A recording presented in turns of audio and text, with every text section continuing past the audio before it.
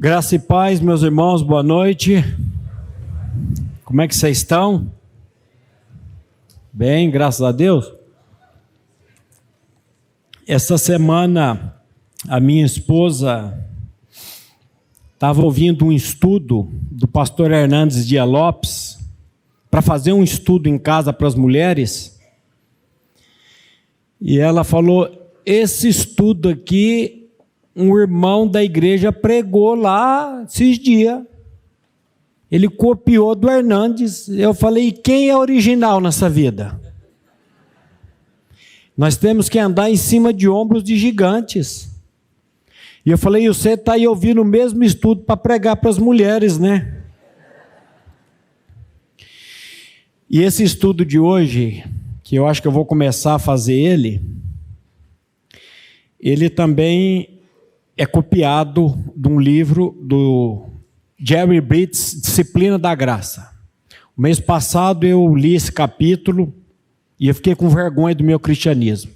Eu falei, eu vou deixar a igreja também com vergonha do cristianismo deles. Mas foi doído de... E eu peguei esse estudo e a gente não pode pegar a experiência do autor, do pastor e querer passar para a gente. A gente pega a ideia dele, que é maravilhosa, e a gente precisa enquadrar isso na nossa experiência. Então, eu queria orar com a igreja. Antes de mais nada, vamos ler o texto base, Lucas 18, 11 e 12. Abra sua Bíblia em Lucas capítulo 18, versículo 11 e 12. É um versículo bem conhecido nosso. É a parábola do fariseu e do publicano. E o versículo 11, ele diz assim: o fariseu, posto em pé, orava de si para si mesmo desta forma: ó Deus, graças te dou porque eu não sou como os demais homens, roubadores, injustos e adúlteros, nem ainda como este publicano. Jejuo 2 vezes por semana e dou o dízimo de tudo quanto ganho. Vamos mais uma vez, meus irmãos, orar, colocando esse tempo diante de Deus. Pai de toda graça e misericórdia, uma vez mais estamos diante do teu trono, pedindo, Pai, clamando que tu venhas falar conosco por meio da tua santa e excelsa palavra. Abra, Pai, os nossos olhos, para vermos nossos pecados sofisticados, que te entristecem como qualquer outro pecado. Salva aqueles a quem tu mesmo já separou antes da fundação do mundo. Santifica mais e mais a tua igreja nesse tempo do fim. Tira, Pai, nossos olhos deste mundo e os coloca somente naquele a quem podemos encontrar o verdadeiro descanso para as nossas almas, que é o teu amado Filho Jesus Cristo. Também, Pai, nós expulsamos em nome de Jesus todo espírito de incredulidade, de sono, de confusão contra a tua palavra. E é no nome daquele que é, que era e que há de vir, que nós oramos sabendo e crendo que o Senhor ouve a nossa oração e faz infinitamente mais, além daquilo que pedimos e pensamos. Amém. Será, meus irmãos, que essa parábola foi escrita somente para descrentes incrédulos? Eu sempre vi essa parábola como para os ímpios, para os incrédulos. Ou ela se dirige também a nós, os que cremos? Será que ela se dirige a homens nascidos de novo e piedosos? Quando eu falo homens aqui, as mulheres também entram, as crianças, os adolescentes, é a raça. Então, será que essa parábola do fariseu e do publicano se dirige a nós que cremos? É sobre isso que eu pretendo tratar hoje com a igreja, os pecados sofisticados, ou os pecados secretos, ou os pecados do coração. E para tal missão eu quero começar lendo um relato de um grande homem de Deus, E eu posso chamar ele de um grande homem de Deus, porque já faz quase 200 anos que ele faleceu. Porque todo grande homem de Deus jamais vai se achar um grande homem de Deus. Muito pelo contrário. Por mais que ele faça, por mais que ele seja usado por Deus, por mais que ele trabalhe, ele jamais vai se considerar um grande homem de Deus. Ele sempre vai ser um devedor da graça divina. Ele sempre vai se considerar um servo inútil. Eu tenho dito aí nas minhas andanças por essa cidade o seguinte: você quer saber se o seu pastor é realmente um homem de Deus? Tira ele do trono e coloca, tira Deus do trono e coloca ele no trono. Comece a elogiá-lo com todos os... E agora, o que eu vou falar? Advérbios, adjetivos bonitos, e olha para a cara dele. Se ele der risada igual a senhora está rindo aí, eu falo, chuta que é macumba.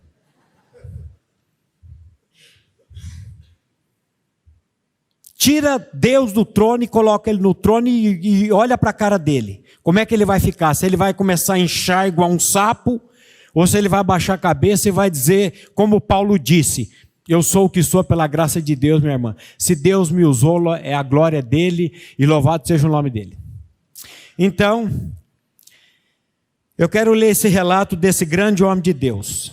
No aniversário de 70 anos, o missionário William Carey escreveu a um dos seus filhos estas palavras: hoje faço 70 anos de idade, no momento da misericórdia e da bondade divinas. Mas em um retrospecto da minha vida, constato o incontável número de coisas pelas quais eu deveria estar me sentindo completamente humilhado. Meus pecados imediatos e concretos são inumeráveis. Minha negligência na obra do Senhor tem sido grande. Não tenho promovido sua causa, nem buscado sua glória e honra como devo. A despeito de tudo isso, fui poupado até agora. Ainda permaneço na obra dele e confio que o favor divino está sobre mim por intermédio dele. Quem já ouviu falar de William Carey? William Carey foi um grande homem de Deus. Ele foi para a Índia em 1793. Muitas vezes é chamado o pai das missões modernas. Os seus esforços vastos por Cristo incluem a tradução de todas as partes da Bíblia em mais de 40 idiomas e dialetos. Ele foi o originador do famoso lema missionário: espere grandes coisas de Deus. Tente fazer grandes coisas para Deus. Assim como seria possível um homem de uma fé tão extraordinária em Deus, que havia realizado tantas coisas para Deus, lamentar perto do final de sua vida sua própria pecaminosidade e falhas? Porque ele não preferiu refletir com gratidão e louvor sobre o que Deus havia feito por meio dele? A razão da atitude de Carey era uma baixa autoestima não saudável, ou um realismo saudável que é característico de um cristão piedoso e maduro? A atitude de Carey deve ser um exemplo para nós, ou devemos descartá-la como uma pequena amostra lamentável da introspecção trazida pela velhice? Essas não são apenas perguntas teóricas, pois a atitude de Carey se dirige a duas necessidades significativas entre os cristãos comprometidos. Primeira, a necessidade de uma consciência humilde da nossa própria pecaminosidade. Meus queridos, nós temos defeitos, falhas e pecados, mesmo estando em Cristo. Está ouvindo, irmã? Está ouvindo, irmã? Amém? Como cristãos, devemos nos ver como santos ou como pecadores? E agora? Hã? Santos. Pecadores não? Pecadores é ambas as coisas. Em Cristo, por causa de Cristo, aos olhos de Deus, eu sou santo, inculpável e irrepreensível. Eu não vou... Quando eu criei na obra de Cristo, quando eu criei não, deixa eu voltar, espera lá. Aqui a gente fica nervoso mesmo. Quando o Espírito Santo de Deus me revelou a obra de Cristo na minha vida, naquele momento que eu recebi Cristo como Senhor, aos olhos de Deus, isso há 30 e tantos anos atrás, a minha visão para Deus é a mesma que aconteceu lá, é a mesma de hoje. Diante de Deus eu estou santo, inculpável e irrepreensível. Não é por causa disso que eu vou viver a vida do jeito que eu quero também. Isso aqui nós vamos ver. Mas o apóstolo Paulo, quando ele fazia referência aos cristãos, em Efésios 1:1, Filipenses 1:1, 1 Coríntios 1:1, ele se refere a ele como santos. Então, todo salvo em Cristo diante de Deus é um santo. Todavia, porém, nós ainda habitamos num corpo de pecado. Eu fui salvo no meu espírito, nenhuma condenação há para os que estão em Cristo Jesus. Eu estou sendo salvo na minha alma do poder do pecado, que o pecado todo dia ele me assedia. Todo dia. E um dia eu serei salvo da presença do pecado que habita no meu corpo ainda. A Bíblia diz que o pecado tenazmente nos assedia. O pecado tenazmente nos rodeia. Então eu posso me considerar um santo em Cristo Jesus, mas que ainda habito num corpo de pecado. Ainda esse hábito, esse corpo, ele tem uma luta. E Paulo passou por essa luta também.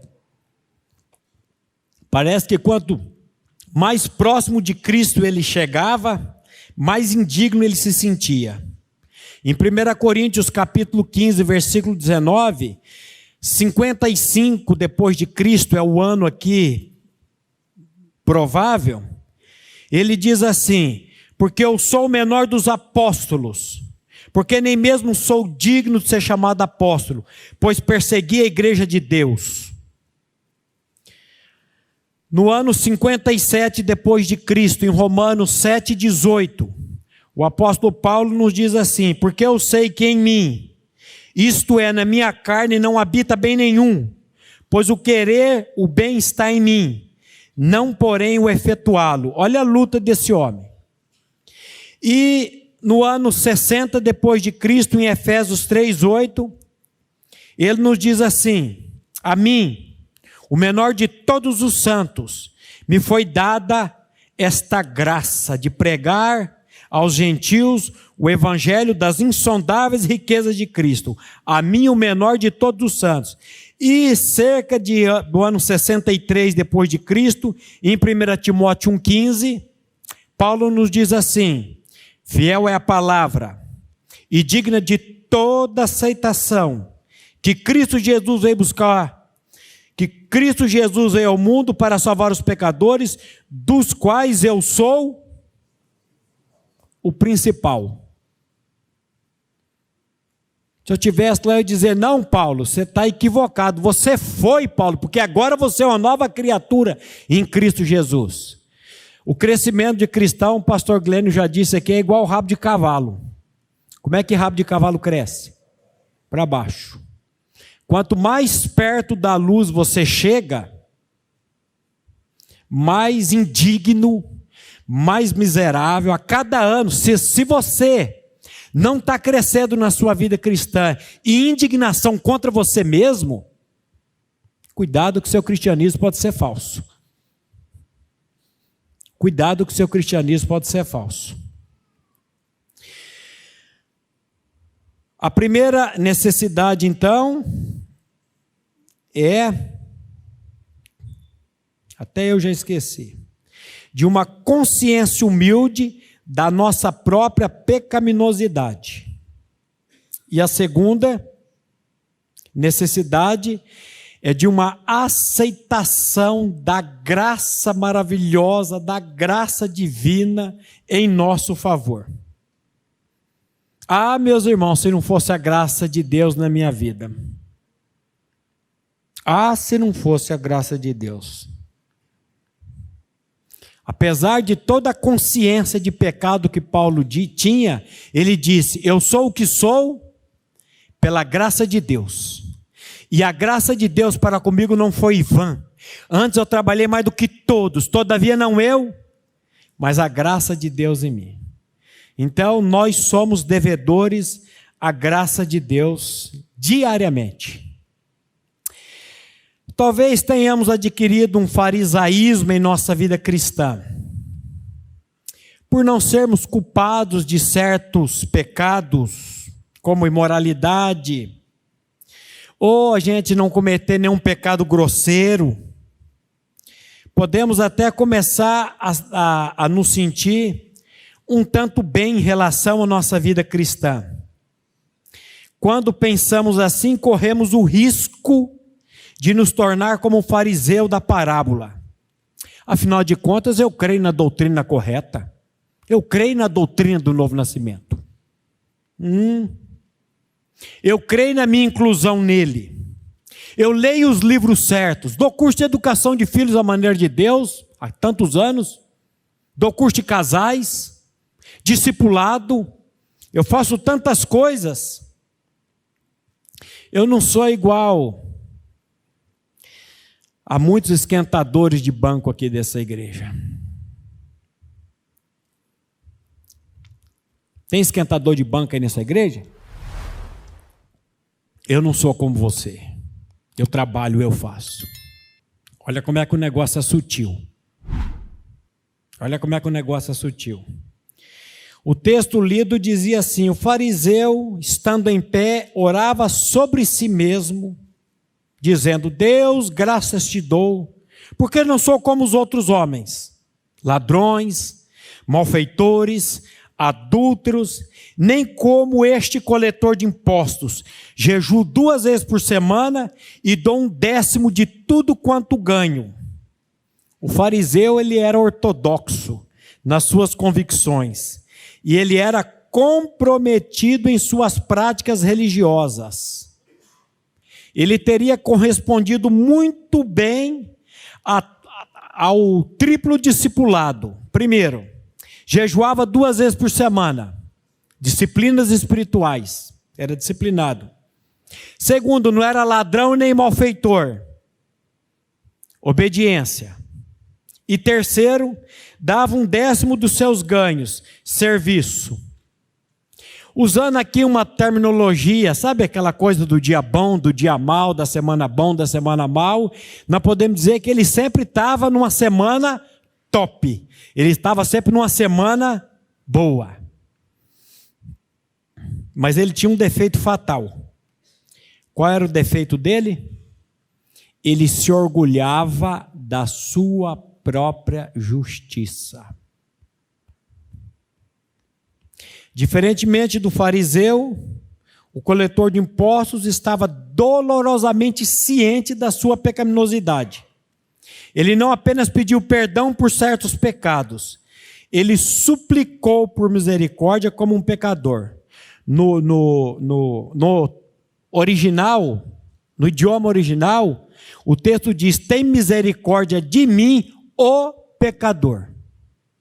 Então ele se considerava o pecador, ele não se comparava com os outros, mas ele dizia: tem misericórdia de mim, o pecador. Ele não estava preocupado com a sua situação comparada de outras pessoas. Ele estava preocupado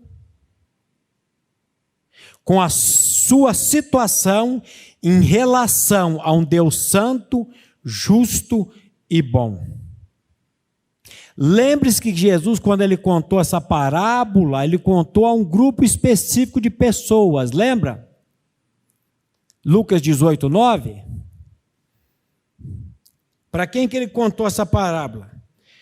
propôs também essa parábola a alguns que confiavam em quem? Em si mesmos, por se considerarem justos e desprezavam os outros. Me responda aí, meu irmão, será que essa parábola é só para ímpio? Será que essa parábola não pode se enquadrar ao povo de Deus, a nós também não? O pecado do fariseu pode se tornar o pecado do cristão mais ortodoxo e mais comprometido.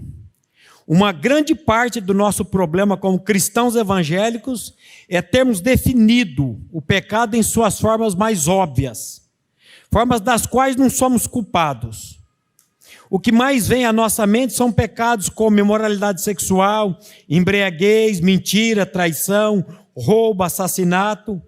No entanto, não devemos pensar que essa parábola é dirigida apenas aos pecadores e descrentes. A parábola também se dirige a nós, os crentes, os cristãos. Jesus contou a parábola àqueles convictos de sua própria justiça, isto é, aqueles que se sentiam bem em relação ao seu próprio desempenho.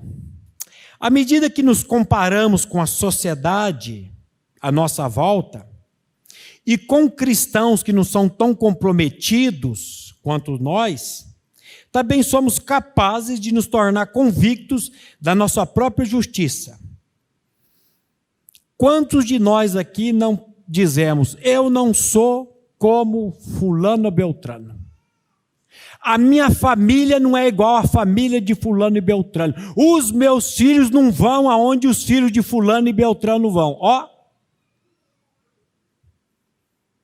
Olha aí.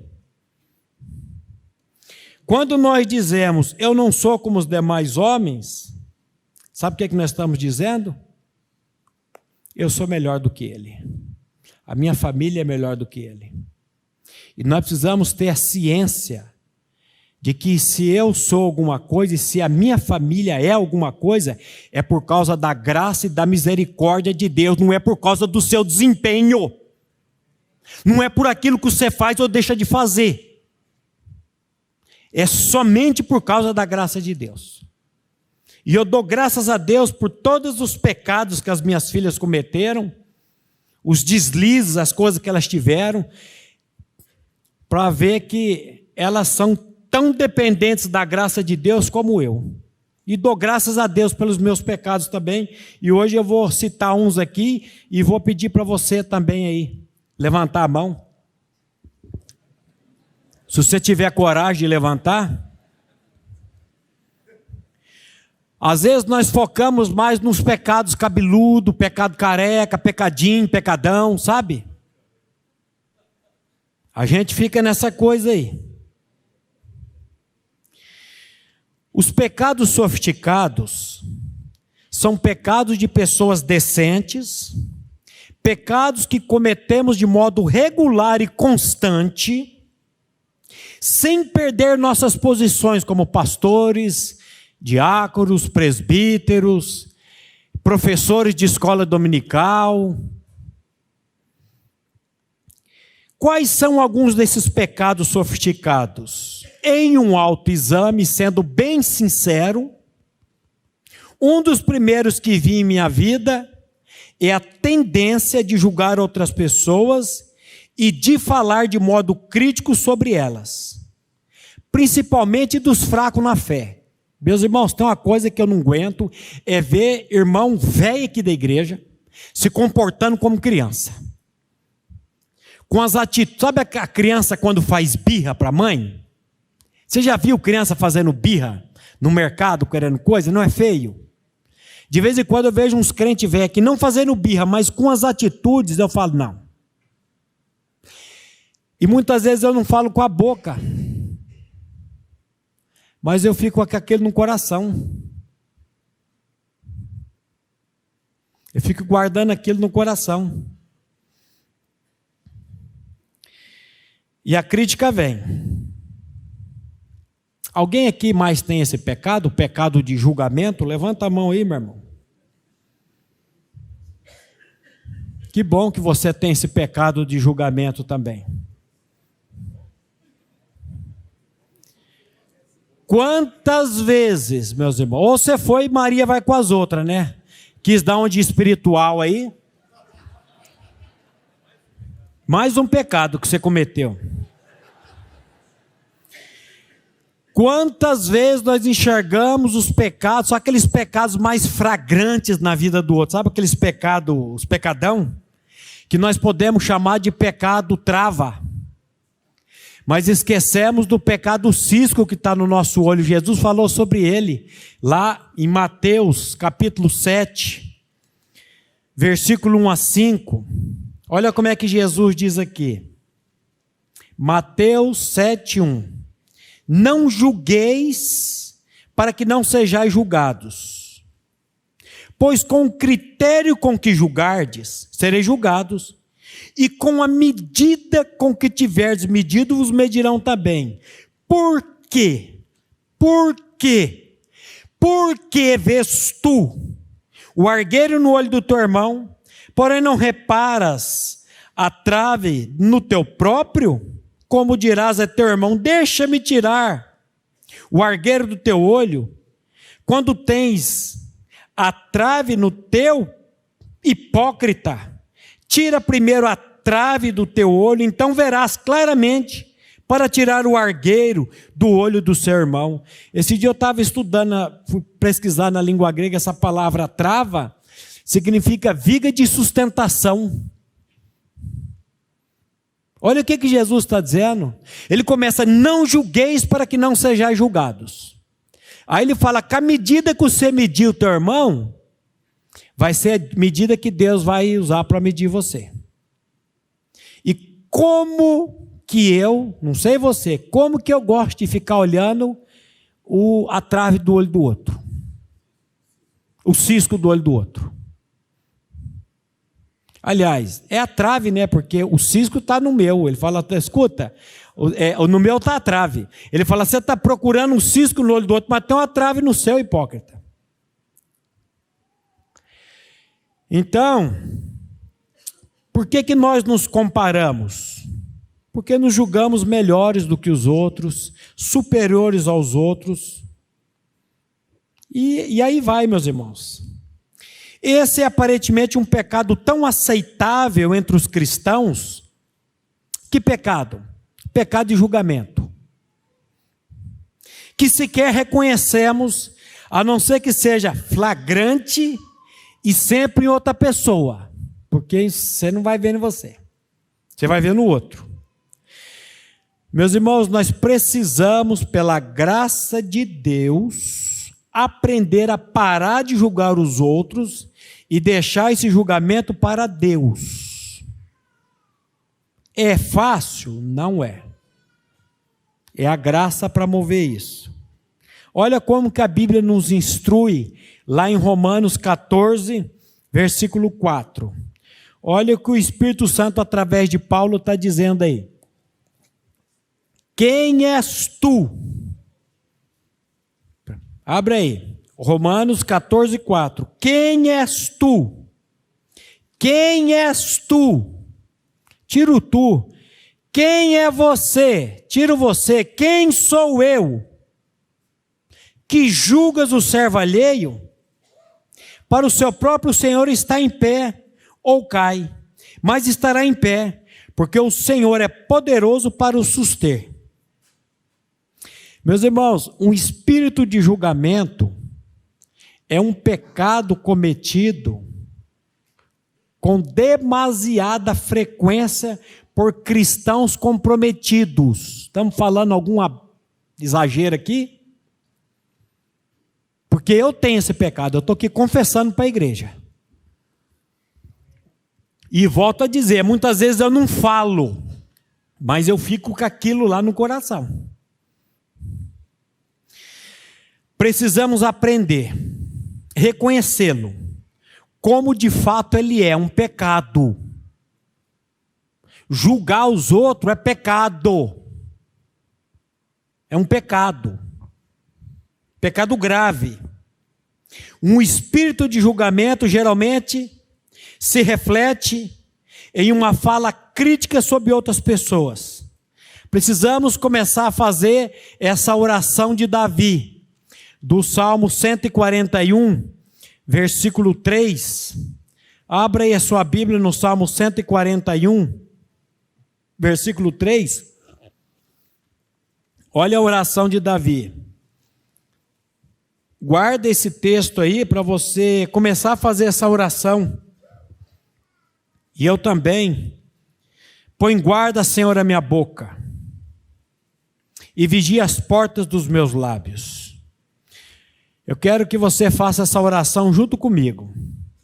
Vamos lá? Põe guarda, Senhor, a minha boca, e vigia a porta dos meus lábios. Em nome de Jesus, amém. Amém. Põe guarda, Senhor, a minha boca, por misericórdia. Tenho certeza que quando o Espírito Santo trabalhar em nós, nessa área, vamos ficar surpresos com a frequência com que falamos algo crítico sobre outro irmão em Cristo. Porque toda vez que eu estou criticando o irmão, nas entrelinhas eu estou dizendo, eu sou melhor do que você, eu sou melhor do que ele. Simples assim. Lembre-se que a Bíblia diz que Deus encerrou a todos como? Debaixo do pecado, para com todos usar de misericórdia.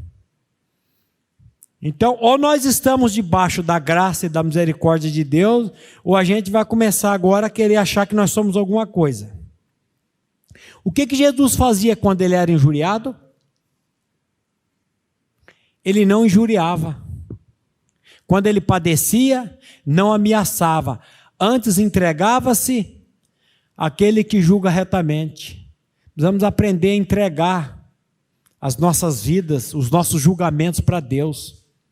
Senhor, eu estou aqui, bravo com o irmão porque ele fez isso, mas eu sei que ele fez isso debaixo da sua mão, debaixo da sua soberania.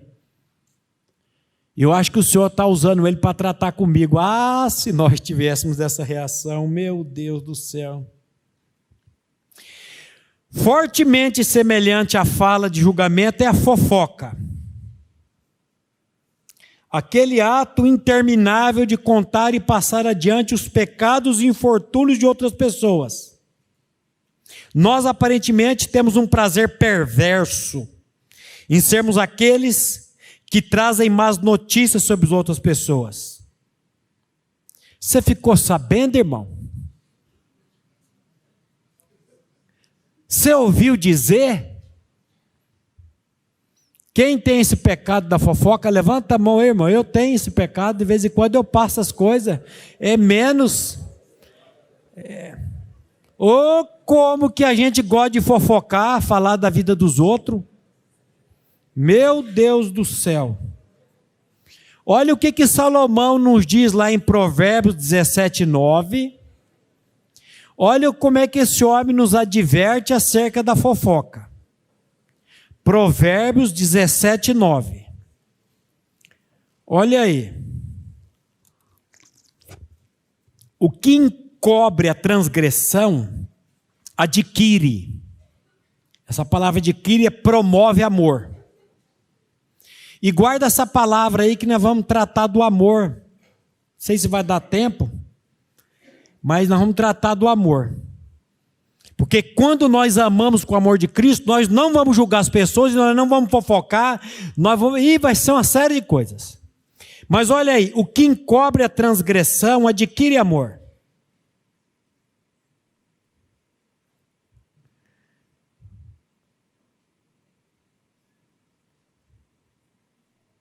Mas o que traz o assunto à baila ou de volta, separa os maiores amigos. Meu Deus.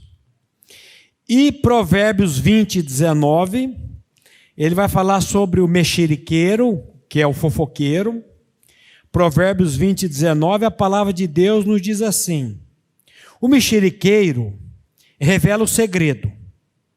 Portanto, não te metas com quem muito abre os olhos.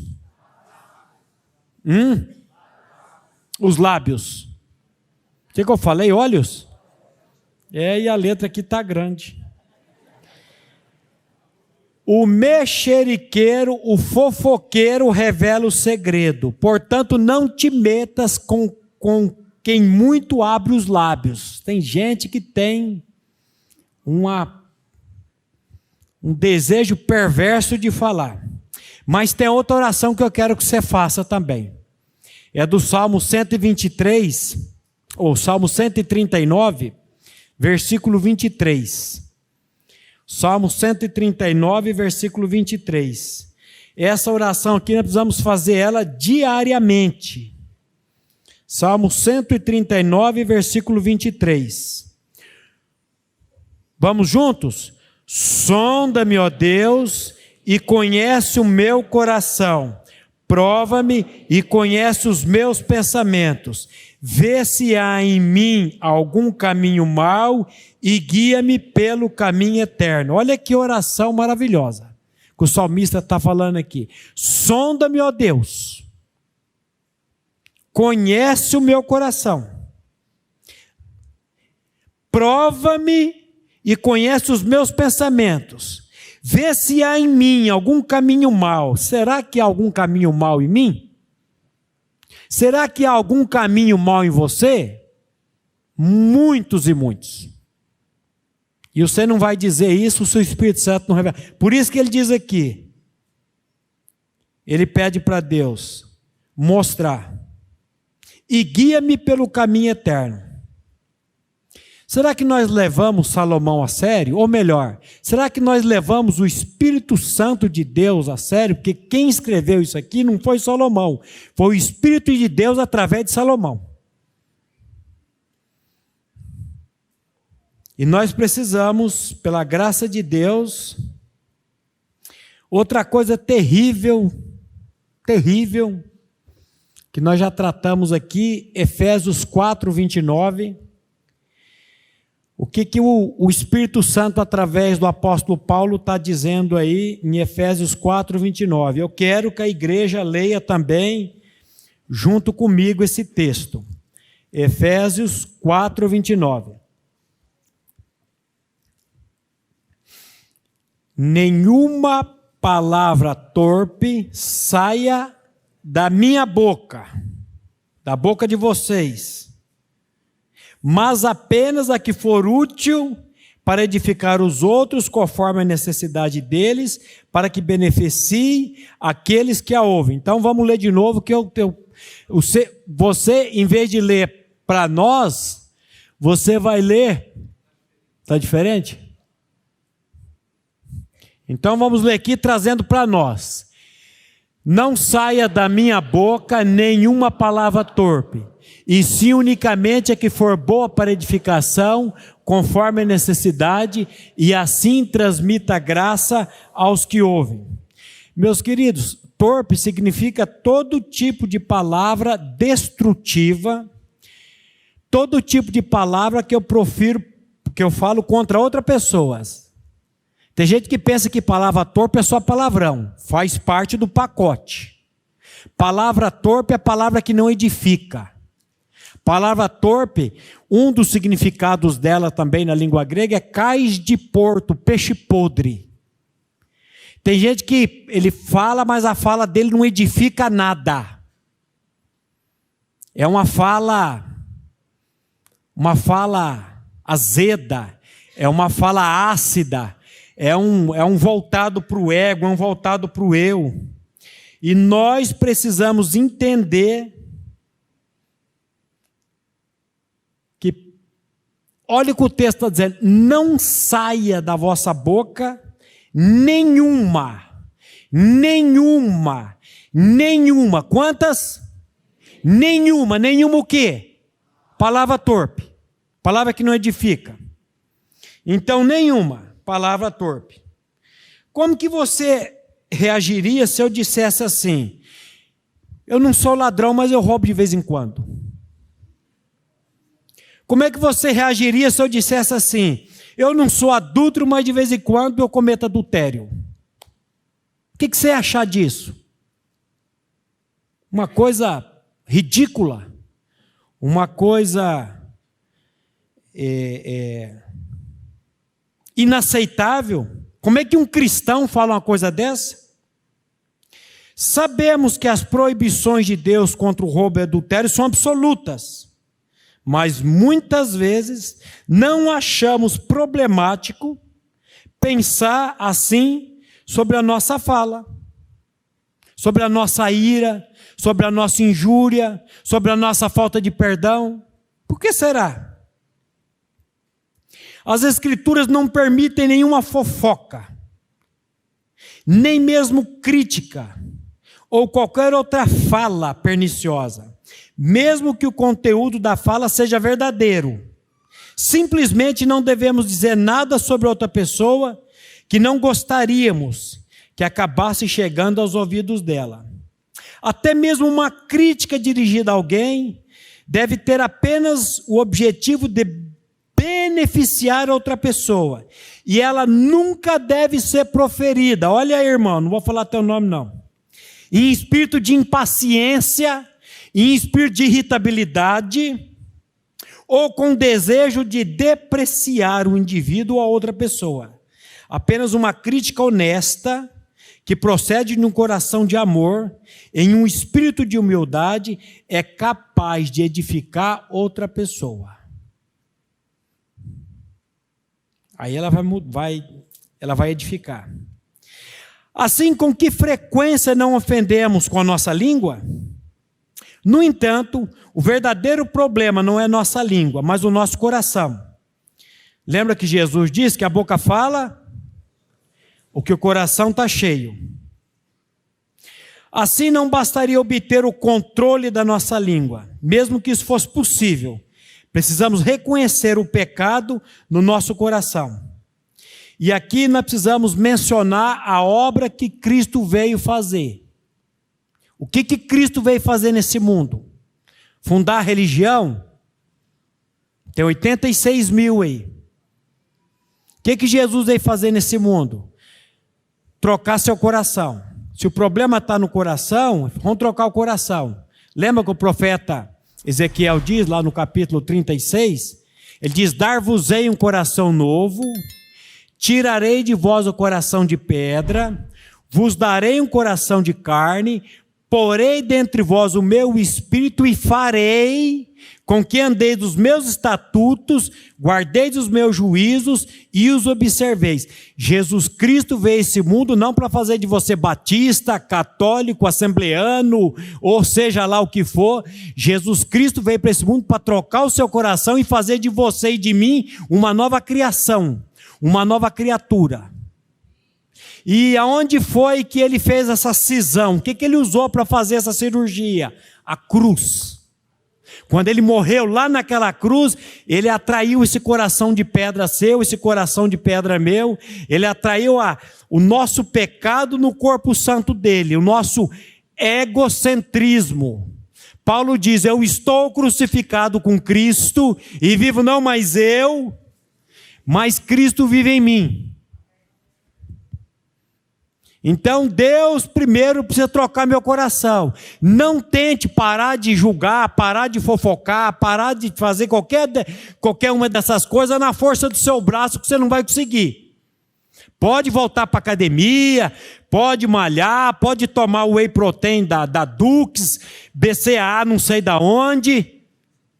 Na força do braço você não vai conseguir. É só pela graça de Deus, pela misericórdia de Deus, e olhando para a obra de Cristo na cruz do Calvário. Eu morri, Cristo é minha vida.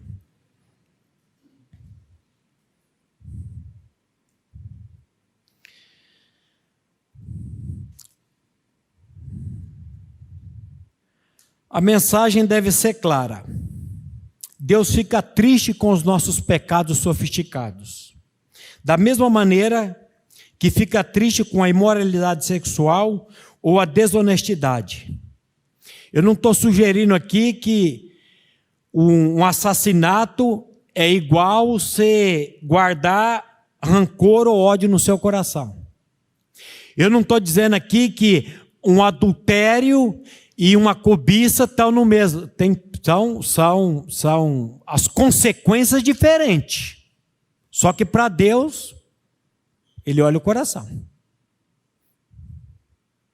Ele olha o coração.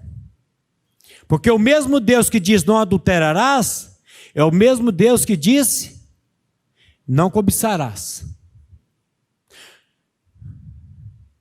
O mesmo Deus que diz não matarás, é o mesmo Deus, na mesma palavra, na mesma lei que diz não guarde rancor, cólera contra o seu irmão.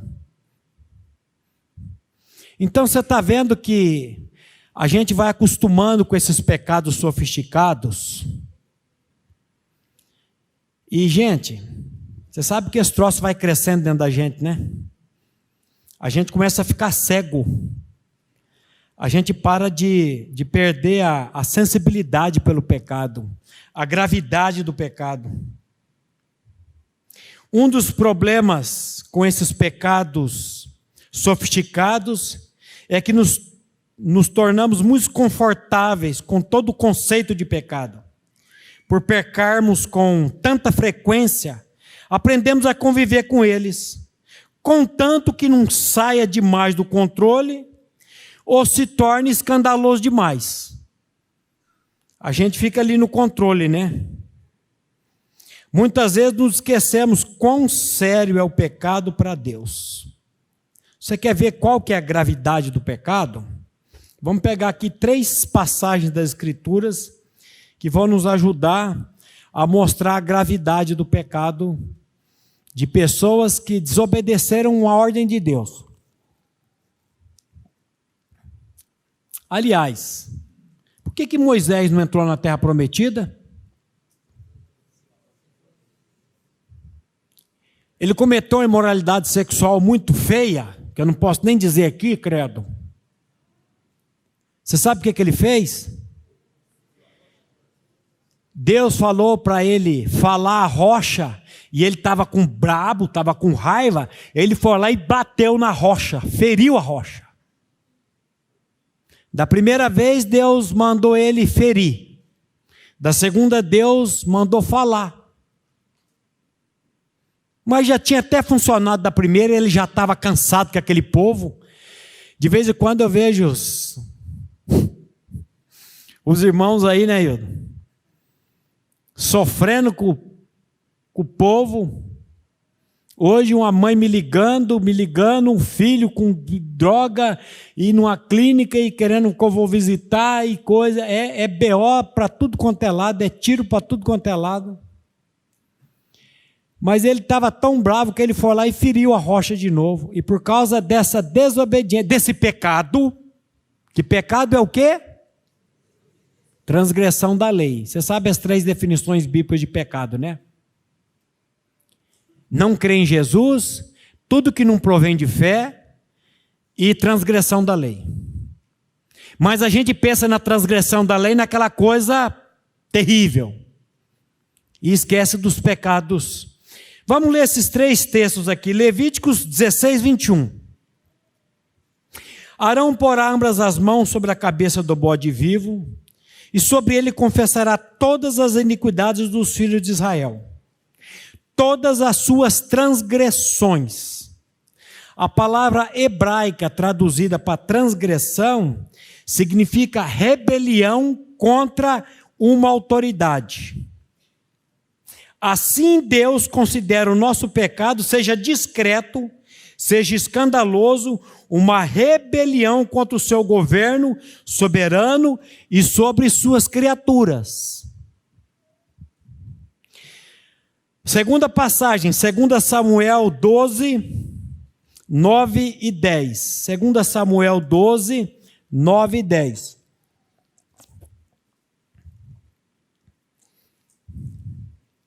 Porque, pois, desprezaste a palavra do Senhor, fazendo o que era mal perante ele, a Urias o Heteu feriste a espada e a sua mulher tomaste por mulher, depois de o matar com espada dos filhos de Amon. Agora, pois, não se apartará jamais da tua casa, porquanto me desprezaste e tomaste a mulher de Urias o Heteu para ser sua mulher. Esse texto aqui, ele está mostrando a repreensão do profeta Natã a Davi, por cometer adultério com Betseba. Então, ele mata o marido para ocultar o pecado dele. Você conhece a história. Mas nessa passagem, por meio de Natã, ele está dizendo aí que Davi desprezou a palavra de Deus, versículo 9. E no versículo 10, dizendo que Davi desprezou o próprio Deus. A palavra desprezar significa menosprezar ou tratar com desdém. Assim, quando pecamos, estamos de fato tratando Deus e sua palavra com desdém ou menosprezo. Nós o estamos desprezando. Meu querido irmão, que coisa pesada. Que coisa pesada. Não podemos fugir da força da palavra desprezar, achando que se aplica à natureza escandalosa dos crimes de Davi, mas não é aplicável a nós. Aliás, você sabe qual foi o maior pecado de Davi? Contar o exército. Em vez de eu confiar em Deus, eu estou confiando nos 1.300.000 homens que eu tenho. Olha. Meu Deus, tem misericórdia. Você percebe como é que os nossos pecados sofisticados ofendem a Deus ou não? Deus os considera rebeldia e desprezo para com Ele. E a terceira passagem da Escritura que nos ajuda a mostrar a gravidade do pecado está em 1 Reis, capítulo 13. 1 Reis, capítulo 13, versículo 21. 1 Reis 13, 21. E clamou ao homem de Deus que viera de Judá, dizendo: assim diz o Senhor, porquanto foste rebelde à palavra do Senhor, e não guardaste o mandamento que o Senhor teu Deus te mandara. A palavra foste rebeldes, rebelde à palavra do Senhor, significa desafiar. É uma oposição direta à autoridade divina. O profeta desafiou a Deus, não porque ele cometeu um pecado escandaloso, porque ele foi ouvir a conversa do profeta velho, que Deus disse: vai, não come, não beba na cidade. E de primeira mão ele obedeceu, ele foi embora. Depois o profeta velho catou um jumento, correu atrás dele e falou: você é o homem de Deus, sou. Escuta, vamos voltar lá para comer e beber. Não, meu Deus disse para não fazer isso. Não, mas eu acabei de receber uma revelação de anjo. Tem gente que gosta de anjo, né? O anjo do Senhor me falou e disse que é para você voltar. Isso era mentira, o texto vai dizer que era uma mentira aquilo. Mas ele foi na conversa do cara, e sabe o que aconteceu com esse profeta? Ele foi morto por um leão. Que pecado terrível que ele cometeu. Sabe qual que foi o pecado terrível que ele cometeu? Ele desobedeceu a Deus e a palavra de Deus. Assim como você e eu, tantas e tantas vezes fazemos tantas coisas. A Bíblia diz: manda perdoar 70 vezes 7. E eu vejo o crente dizer: não morro, mas não perdoa aquele desgraçado. Eu falo: opa, vai morrer mesmo. E cuidado que pode ser de câncer. Porque essa falta de perdão vai apodrecer dentro de você. Vai acabar com você, vai destruindo você. Esses profetas, só o Senhor.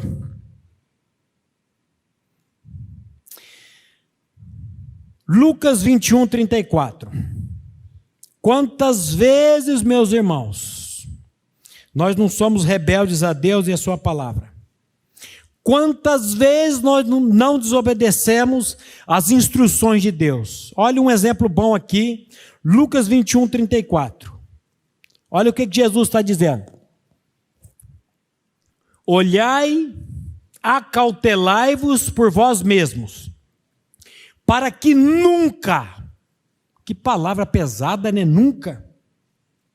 Acautelai-vos, outra vez diz, olhai por vós mesmos, não é para o outro não, é para nós, olhai por vós mesmos, para que nunca vos suceda, que o vosso coração fique sobrecarregado com as consequências da orgia, da embriaguez e das preocupações deste mundo, para que naquele dia não venha sobre vós repentinamente como um laço. Interessante que no texto entre a orgia e a embriaguez, você fala, eu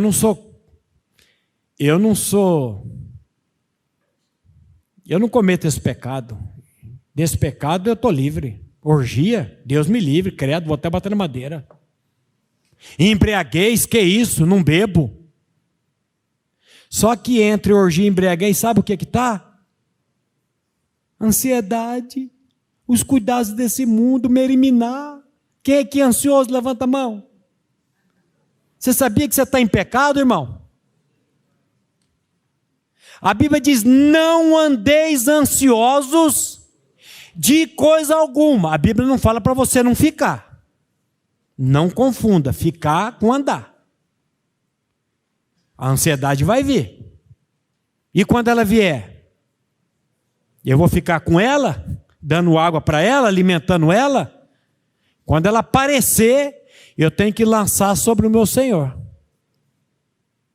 O salmista diz, em ti, pois confiam os que conhecem o teu nome, porque tu, Senhor, não desamparas aqueles que te buscam.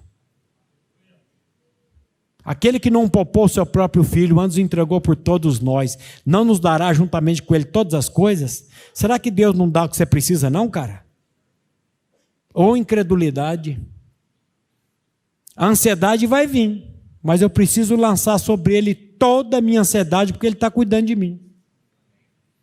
Mas eu faço isso sempre? Eu fico andando com a ansiedade.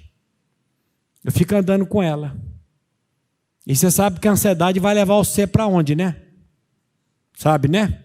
Parque das Oliveiras. São Pedro. A ansiedade no coração do homem o lançará por terra. O que mais mata hoje no mundo é coração. Por que será? Porque a Bíblia está dizendo que a ansiedade vai matar você. Mas nós andamos ansiosos. E a Bíblia está dizendo, não andeis ansiosos de coisa alguma. Aliás, você sabia que as 3 palavras mais pesadas na língua grega para a ansiedade, Jesus falou para uma mulher? Não? Falou para você.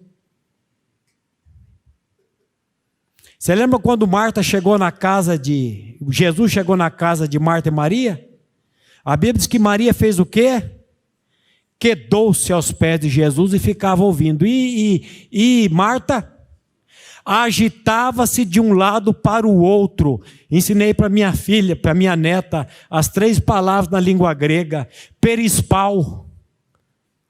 Essa palavra perispau é estar andando para um lado para o outro. A Bíblia diz, Marta agitava-se de um lado para o outro. A palavra meriminar na língua grega. Essa palavra significa estresse mental, estar super ocupado. E aí Jesus diz para ela, e te preocupas. A palavra turbatsu na língua grega. E te preocupas, essa palavra te preocupas é estar mentalmente preocupado, inquieto com muitas coisas. Olha só. Mas aí Jesus vai dizer, mas uma só é necessária, é você ficar quieta aqui. Mas aí fica lá correndo, a gente fica nessa loucura.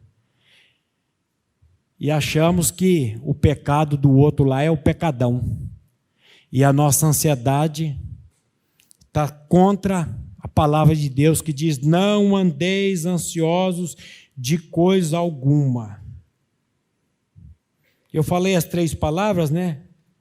Meriminar, turbatsu e perispau. Perispau é a primeira, que ela agitava-se.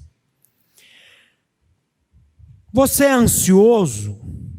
Você é preocupado? Ó. Então, se você não levantou a mão no fofoqueiro, e se você não levantou a mão no crítico, na ansiedade você tem que levantar a mão. Aqui não escapa ninguém. Não andeis ansiosos De coisa alguma. Nós cantamos ainda há pouco aí, né? Não tenha sobre ti nenhum cuidado, qualquer que seja. Entrega tudo a mim. Você vê que a gravidade do pecado nosso, ele é determinado não simplesmente pelas consequências, mas pela autoridade daquele que deu a ordem. Oh, meus irmãos, eu vou ter que parar aqui, agora que eu ia entrar no amor, tem uns 15 versículos aqui ainda, mas nós vamos voltar nesse assunto, que quando Jesus vai falar do amor, ele vai, mas deixa eu encerrar aqui com a... Voltemos à carta de William Carey, escreveu ao seu filho.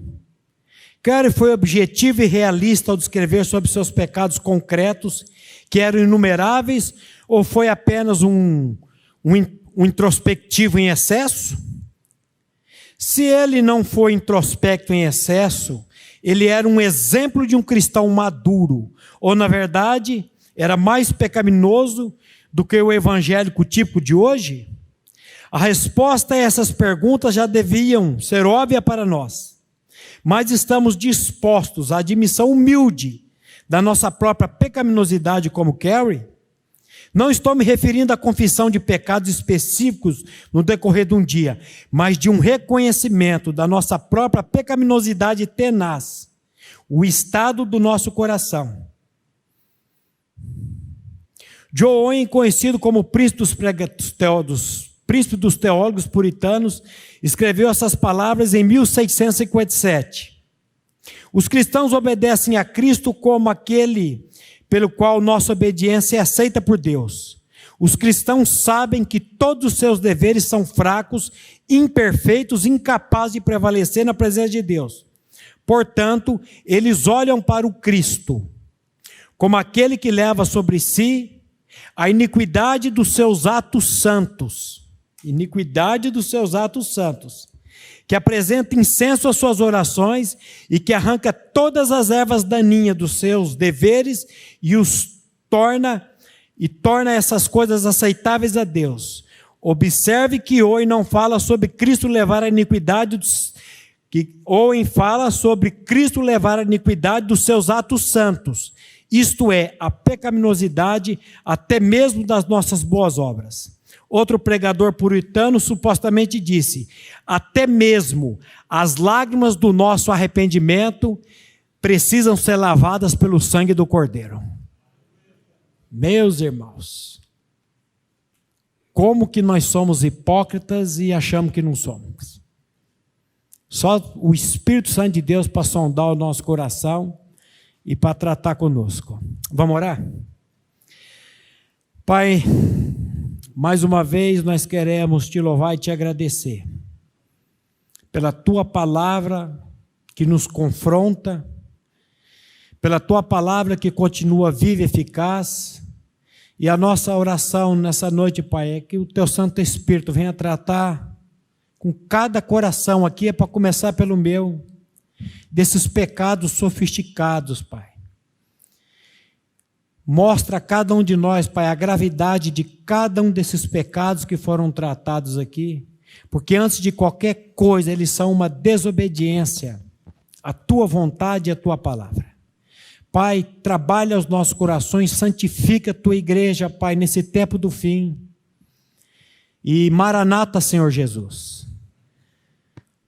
É no nome dele, Pai, que nós oramos e agradecemos a ti. Amém.